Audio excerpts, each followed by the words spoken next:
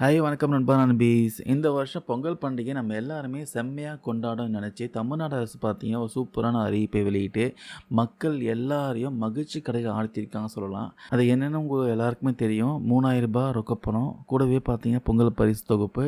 இது வந்து எப்போ வாங்கணும்? எப்படி வாங்கணும்? அரசு போட்டிருக்க புது ரூல்ஸ் என்ன? இது எல்லாத்தையும் இந்த வீடியோல பார்க்கலாம். திமுக அரசு பொறுப்பேற்ற அப்புறமா தொடர்ந்து 3 வருஷமா பொங்கல் பரிசு தொகையை ரூ. 1000 கொடுத்துட்டு இருந்தாங்க. ஆனா போன வருஷம் பார்த்தீங்கன்னா 2025 பொங்கல் பண்டிகைக்கு பணம் எதுவும் கொடுக்கல.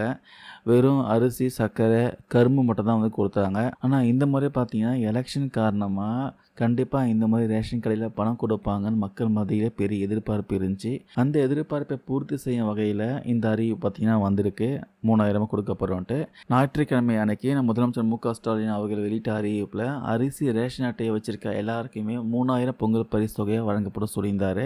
வெறும் பணம் மட்டும் இல்ல, அதுவா கூட 1 கிலோ பச்சரிசி, 1 கிலோ சர்க்கரை, அப்புறம் ஒரு முழு நில கரும்பு இதெல்லாம் சேர்த்து தான் இந்த வருஷத்துக்கான பொங்கல் பரிசு தொகுப்பை அனௌன்ஸ் பண்ணியிருக்காங்க.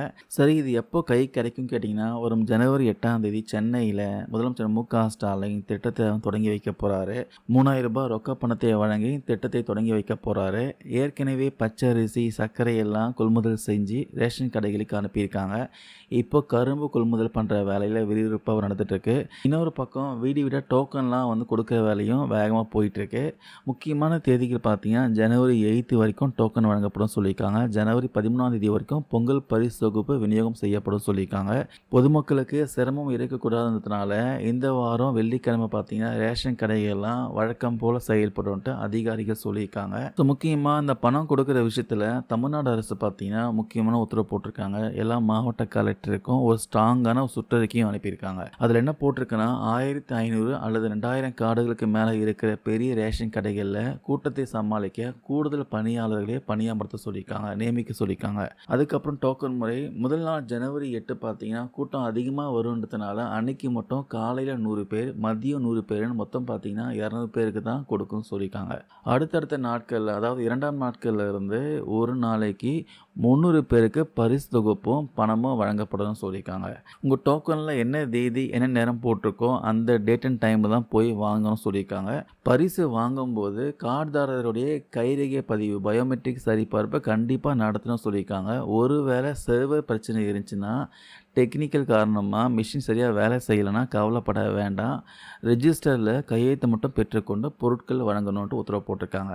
அதுக்கப்புறம் ரொம்ப ரொம்ப முக்கியமான ஒரு ரூல்ஸு, அதாவது 3000 பணத்தை வந்து ரேஷன் கடை ஊழியர்கள் கொடுக்குறப்போ எந்த கவர்லையும் போட்டு மறைமுகமாக கொடுக்கக்கூடாது.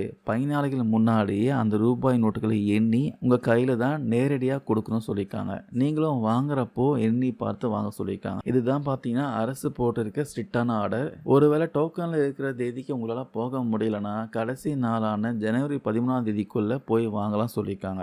முக்கியமாக ரேஷன் கடைக்கு போகிறப்போ உங்கள் ஸ்மார்ட் கார்டு ரேஷன் கார்டு கண்டிப்பாக எடுத்துகிட்டு போகணும். மொபைல் நம்பர் லிங்க் பண்ணியிருந்தால் நீங்கள் பொருட்கள் வாங்குறப்போ உங்களுக்கு மொபைலில் வந்து மெசேஜ் வரும், செக் பண்ணி பாருங்கள். அனைவருக்கும் இனிய பொங்கல் நல்வாழ்த்துக்கள். இந்த ரூ. 3000 அறிவிப்பு பற்றி நீங்கள் என்ன நினைக்கிறீங்க? கமெண்ட்ஸில் சொல்லுங்கள். இந்த ரூ. 3000 மட்டும் மனசில் வச்சுக்கிட்டே தயவு செஞ்சு ஓட் பண்ணுறாதீங்க. கடைசி 5 வருஷத்தில் இந்த ஆட்சி மூலமாக உங்களுக்கு என்ன பயன்லாம் கிடைச்சிது, என்ன பெனிஃபிட்லாம் கிடைச்சிது, ஸோ விலைவாசி எப்படி இருக்குது எல்லாமே செக் பண்ணி அனலைஸ் பண்ணிவிட்டு உங்களுக்கான சிறந்த தலைவரை தேர்ந்தெடுங்க.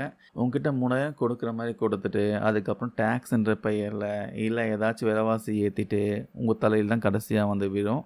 எப்படினாலும் அந்த 3000 பார்த்தீங்கன்னா பிடிங்கிடுவாங்க. அதனால் ஓட் பண்ணுறப்போ சிறந்த தலைவர் தேர்ந்தெடுங்க. தேங்க்யூ நண்பா நண்பீஸ்.